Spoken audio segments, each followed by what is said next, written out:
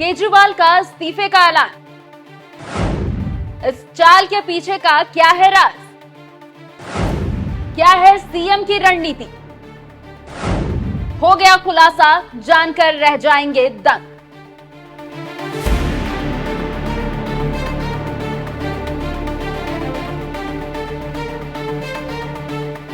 दिल्ली के मुख्यमंत्री अरविंद केजरीवाल ने इस्तीफे का ऐलान कर दिया है। जेल से निकलने के बाद अगले ही दिन सीएम केजरीवाल के इस ऐलान से दिल्ली की राजनीति में भूकंप आ गया है। चुनावी गतिविधियों में गजब की हलचल देखने को मिल रही है। अरविंद केजरीवाल के इस मूव के साथ ही चुनावी हलकों में ये चर्चा होने लगी कि इतने बड़े ऐलान के पीछे आखिर क्या वजह हो सकती है। लेकिन कुछ ही समय में केजरीवाल के दिमाग में चल रहे शातिर खेल का बड़ा खुलासा हो गया। सोनिया गांधी का रास्ता अपना रहे केजरीवाल। दरअसल अरविंद केजरीवाल को सुप्रीम कोर्ट ने जमानत तो दे दी है, पर उन्हें फ्री हैंड नहीं मिला है। ऐसे में अगर राजनीतिक चश्मे से देखें तो जमानत का कोई खासा फायदा केजरीवाल को मिल नहीं पाया। इसलिए अब वो इस्तीफे का चाल चल रहे हैं। वो जानते हैं कि अब वो बाहर आ गए हैं तो अपने नेताओं और सहयोगियों से मिलेंगे, रणनीति तैयार करने में आसानी होगी, उनसे बात कर सकेंगे, उनके साथ किसी भी विषय पर चर्चा कर सकेंगे। वो बड़े ही अच्छे तरीके से जानते हैं कि सीएम कोई भी हो, लेकिन चलेगी तो उनकी ही। यानी कह ले तो सोनिया गांधी की राह पर अब सीएम केजरीवाल है। जिस तरह से कांग्रेस राज में मनमोहन सिंह पीएम थे पर चलती सोनिया गांधी की थी, उसी तरह केजरीवाल अपनी जगह बैठे ना बैठे किसी और को बैठा देंगे, लेकिन राज वो खुद करेंगे। एक तीर से दो निशाने की तैयारी। राजनीतिक जानकार मानते हैं कि इस्तीफे के ऐलान से केजरीवाल एक नहीं दो निशाने साध रहे हैं। पहला, इस्तीफे से उन लोगों को मुंह तोड़ जवाब जो केजरीवाल से इस्तीफे की लगातार मांग कर रहे थे, यानी कि बीजेपी। वहीं दूसरी ओर केजरीवाल अपनी पॉपुलैरिटी को बरकरार रखने और उसे भुनाने की भी कोशिश कर रहे हैं। वो दिखाना चाहते हैं कि दिल्ली की राजनीति में अब भी उनकी तूती बोलती है। केजरीवाल हमेशा ही सियासी जुए में ऐसी चाल चलते हैं जो सभी को शॉक कर देता है। लोकसभा चुनाव में भले ही आम आदमी पार्टी अच्छा प्रदर्शन नहीं कर पाई हो, भले ही केजरीवाल का डंका लोकसभा में ना बजा हो, लेकिन सभी जानते हैं कि लोकसभा से इतर जब विधानसभा चुनाव की बारी आएगी तो यहाँ कुछ और ही खेल देखने को मिलेगा। लोकसभा से विधानसभा के चुनाव का मुद्दा अलग होता है। विधानसभा के समीकरण भी क्षेत्र के हिसाब से सेट किए जाते हैं। 2 बार दिल्ली की सत्ता पर काबिज होकर आप और केजरीवाल इसका सबूत भी देते आए हैं। दिल्ली के सीएम केजरीवाल ने इस्तीफे की बात कही है, सबको चौंका दिया है। उन्होंने कहा कि 2 दिनों में अपनी कुर्सी छोड़ देंगे। उन्होंने ये भी कहा, ये कंडीशन हमारे लिए कोई वो नहीं रखती, कोई हमारे लिए अड़चन पैदा नहीं करती। ये कंडीशन, इन कंडीशन को भी देख लेंगे, लेकिन मेरे लिए जो मायने रखता है वो है मैंने अपनी जिंदगी में ईमानदारी कमाई है। अगर आपको लगता है केजरीवाल ईमानदार है, जम के वोट दे देना मेरे पक्ष में। चुनाव के बाद सीएम की कुर्सी पे जाके बैठूंगा। आपका फैसला नहीं आएगा तब तक मैं जिम्मेदारी नहीं संभालूंगा। और मैं जब तक चुनाव नहीं होते, मैंने जैसे बताया 2 दिन के बाद मैं अपना इस्तीफा दूंगा। जब तक चुनाव नहीं होते तब तक मेरी जगह आम आदमी पार्टी से कोई और मुख्यमंत्री बनेगा। अगले 2-3 दिन के अंदर विधायक दल की मीटिंग होगी और विधायक दल की मीटिंग में अगले मुख्यमंत्री के नाम का तय किया जाएगा। मैं मनीष जी से बात कर रहा था। खैर, जिस तरह से सीएम केजरीवाल ने अपने इस्तीफे का दाव खेला है, उससे आपको क्या लगता है? अपनी राय हमें कमेंट कर जरूर बताएं। और जाते जाते आपको सुनाते हैं अलग अलग नेताओं की राय। सुनिए किसने क्या कहा है।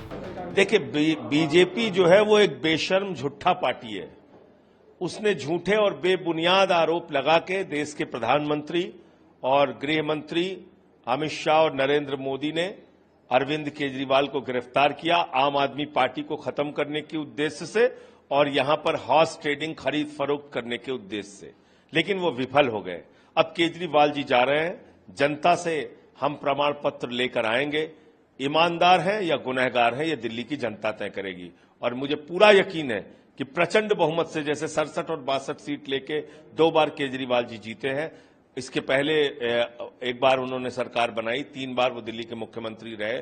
इस बार भी वो प्रचंड बहुमत से जीत के आएंगे, जनता का प्रमाण पत्र लेकर आएंगे। मुख्यमंत्री जी अग्नि परीक्षा से गुजरने के लिए तैयार है और दिल्ली तय करेगी कि मुख्यमंत्री ईमानदार हैं कि नहीं है। अरविंद केजरीवाल जी ने 2020 में काम के नाम पर वोट मांगा था और कहा कि अगर मैंने काम किया है तो मुझे वोट देना, मैंने काम नहीं किया तो मुझे वोट नहीं देना। आज उनपे तौमतें लगाई गई, आरोप लगाया गया। आज मुख्यमंत्री जी ने अपनी ईमानदारी की परीक्षा, अग्नि परीक्षा देने का फैसला लिया है। दिल्ली की जनता मुख्यमंत्री को ईमानदार घोषित करेगी झाड़ू का बटन दबाकर। और अब आने वाला 2025 का दिल्ली चुनाव, दिल्ली की जनता उस चुनाव के माध्यम से अपने मुख्यमंत्री को ईमानदार घोषित करेगी। जैसे दीवार पिक्चर में अमिताभ बच्चन के हाथ पे लिखा था, वैसे ही दिल्ली की जनता उसके ठीक उलट अपने हाथ पर लिखेगी कि मेरा केजरीवाल ईमानदार है।